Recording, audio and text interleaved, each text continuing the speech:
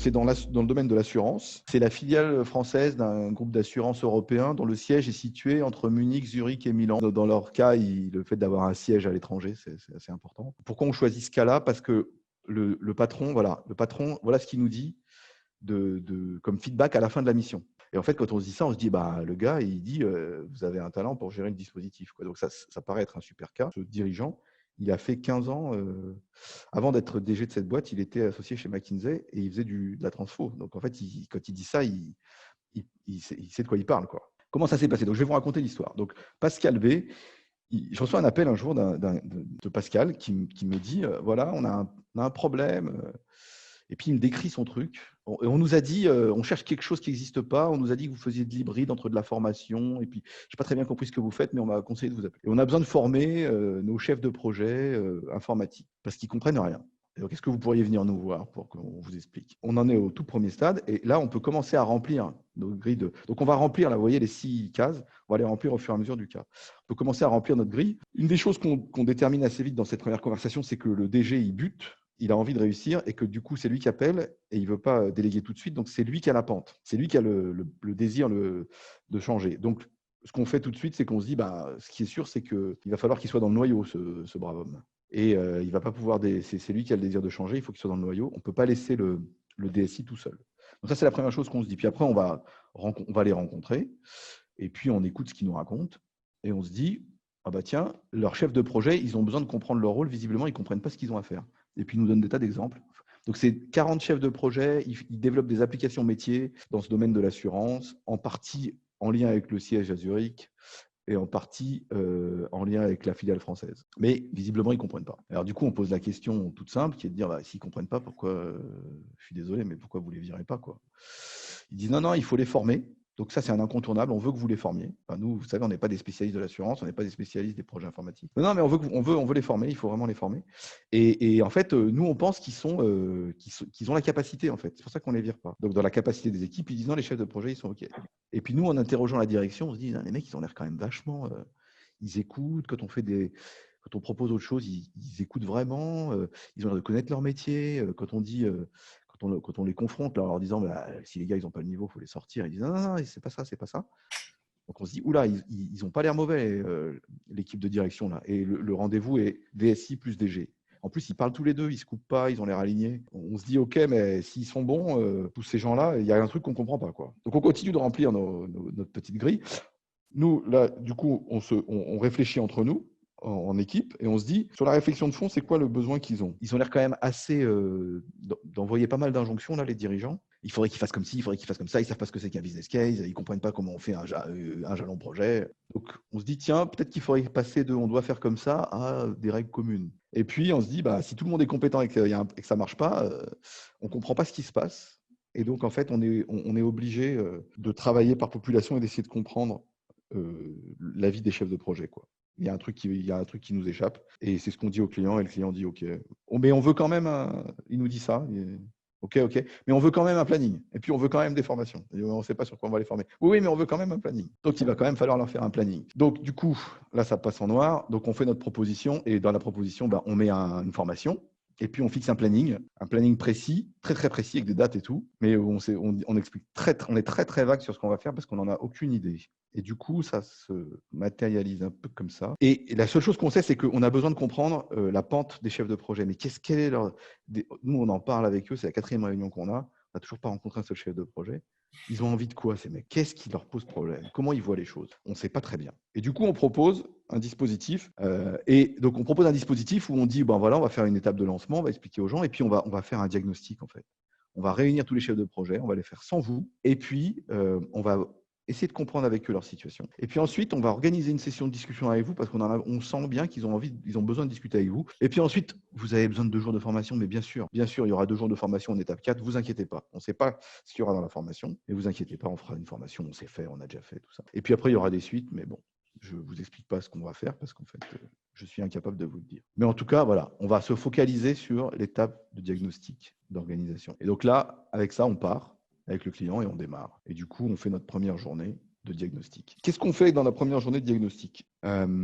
on commence à poser la première question, là, vous voyez sur la gauche, c'est les copies de ce qu'on a fait avec eux. Hein. Et donc, on leur dit, comment vous vous sentez dans votre boulot, chef de projet, là, au fait, les gars, là, comment ça va, là? Et donc, on utilise le baromètre. Donc, le baromètre, pour ceux qui ne connaissent pas, quand on est vert, c'est que tout va bien, c'est super, on est hyper content de ce job. Quand c'est jaune, c'est bien. Quand c'est orange, je ne sais pas très bien. Et quand c'est rouge, j'ai vraiment un problème. Et donc, ils disent, on n'est pas content, en fait.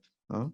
Voilà, on n'est pas très content, très à l'aise dans notre boulot. Et du coup, on essaye de leur demander, on essaye de raffiner avec eux en disant, mais au fond, comment vous sentez les finalités de votre job, vos responsabilités, la coopération entre vous, les méthodes que vous employez, les livrables ou les réalisations, les attitudes. Et puis là, vous voyez, il y a des nombres, là, c'est le nombre de votants. Là. Et donc, en fait, ils disent, responsabilité, c'est plutôt orange, les finalités, ça va. Les méthodos, en fait, en vrai, on comprend rien. Quoi. Et puis les attitudes, on trouve que nos chefs, on ne sait pas comment les prendre. Quoi. Là, ce qu'on fait, c'est qu'en fait, on essaye d'analyser leur situation à eux en tant que chef de projet. On fait 2 analyses. On leur dit, OK, dans votre boulot, quels sont le triangle enjeux, ressources, contraintes. Quels sont vos enjeux? Vos enjeux, donc les missions, ce que vous devez faire, quoi. Vos objectifs. Quelles sont vos contraintes? Tout ce qui vous gêne pour faire votre job.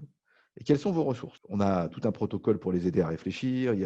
Je ne rentre pas dans ce détail-là, mais en tout cas, à la fin, chacun se positionne en disant, voilà mon enjeu, voilà mes contraintes, voilà mes ressources. Et puis, on les aide à dégager ce qui est commun et à faire une synthèse en fait, de ce triangle. Et en fait, ce triangle-là, on ne leur explique pas ça, mais ce triangle-là, c'est une des bases de l'analyse de la sociologie des organisations de Michel Crozier et qui permet d'expliquer un grand nombre de comportements.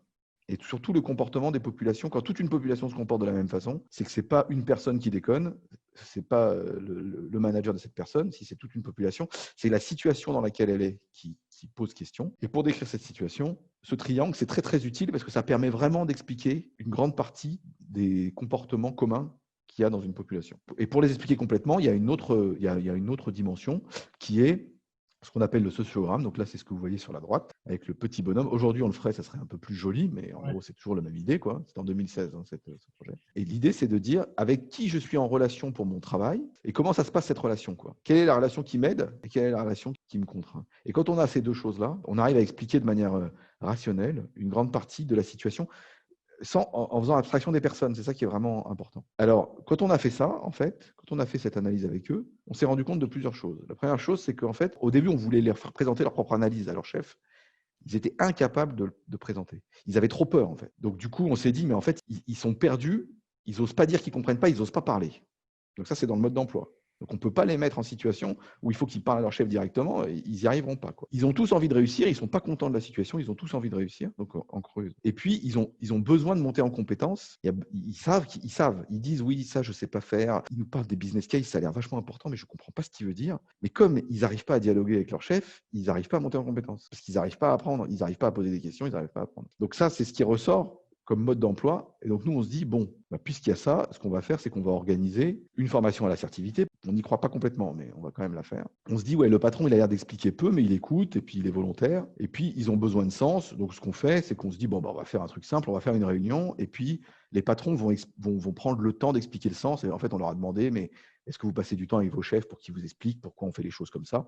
Ils nous disent, non, ça prend 5 minutes, un point debout le matin. Donc, on dit, prochaine étape du dispositif, dans la formation assertivité, je ne sais plus exactement comment c'était organisé, mais il y aura un moment où les chefs viendront et puis vous discuterez avec eux de pourquoi on fait les choses, la stratégie de la boîte, pourquoi ça change comme ci, comme ça. Ça devrait répondre à votre besoin de sens et on se dit, ils sont perdus, peut-être qu'ils seront moins perdus après ça, quoi. Voilà. Et puis l'assertivité, peut-être que ça les aidera. Et donc on fait ça, donc on fait une réunion, là, où on voit la photo, où il y a les chefs, là, ils sont tous en cercle, sans table, là, et on a les chefs qui parlent. Et puis les chefs qui font aussi leur propre diagnostic avec la même grille que celle que avaient fait les chefs de projet. Et du coup, les gens se disent, mais en fait, on est d'accord sur les attitudes, par exemple, on est d'accord que ça ne va pas. Et donc, en fait, on commence à réduire un peu l'écart entre le niveau des chefs et le niveau des chefs de projet. Et puis ensuite, mais en fait, on se rend compte qu'à la fin de la réunion, ça ne suffit pas, en fait. Et donc, du coup, si on continue à reprendre nos méta-règles, on se dit, en fait, ils ont un besoin vraiment de contenu, en fait. Ils ne comprennent pas ce qu'il s'agit de faire. Le DSI, il est hyper compétent, il comprend très bien, mais il est quand même pas très bon pour expliquer. Donc, en fait, ce qu'on se dit, et puis il nous casse les pieds à les former, on se dit, mais si nous, on les forme, ça va jamais marcher parce qu'on ne comprend pas ce qu'il veut. Nous non plus, on ne comprend pas ce qu'il veut. Donc, en fait, ce qu'on va faire, c'est on va l'inviter en douce à la session de formation. Et puis, en fait, on va essayer de faire en sorte que ce soit lui qui les forme parce qu'en fait, quand il explique, quand il se met à vouloir expliquer, il est hyper bon, mais il prend pas le temps, quoi. Donc, on lui réserve 2 jours dans son agenda. On lui dit, écoute, tu viens juste au début, on fait un diagnostic et puis on verra. Et donc ensuite, on fait une session et on dit, bah voilà, on prend les différents parties d'un projet, le cadrage, le business case, et puis on demande aux gens, mais comment vous vous sentez pour faire le cadrage, comment vous vous sentez pour faire le business case. Et puis du coup, le code couleur, je rappelle, quand c'est rouge, c'est je sais pas faire, quoi. Et lui, il est là, le DSI, il est là. Et puis il y a tous les rouges là qui arrivent sur le business case, et il est là.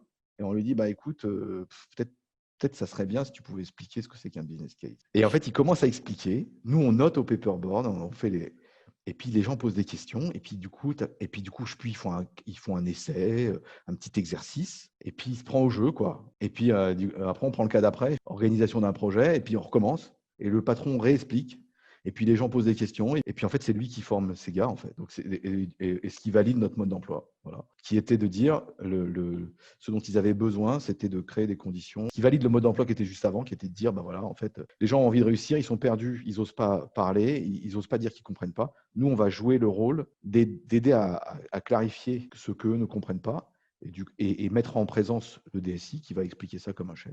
Et une fois qu'on a eu fait ça, non seulement ils avaient compris comment on faisait un business case, mais en plus, ils étaient hyper alignés et ils avaient une patate collective pour travailler ensemble, puisqu'ils l'avaient fait ensemble, quoi. Ils avaient créé leurs propres règles de projet. Voilà. Et puis nous, c'était terminé. On n'a pas fait la suite, là. On avait fini notre boulot à ce moment-là.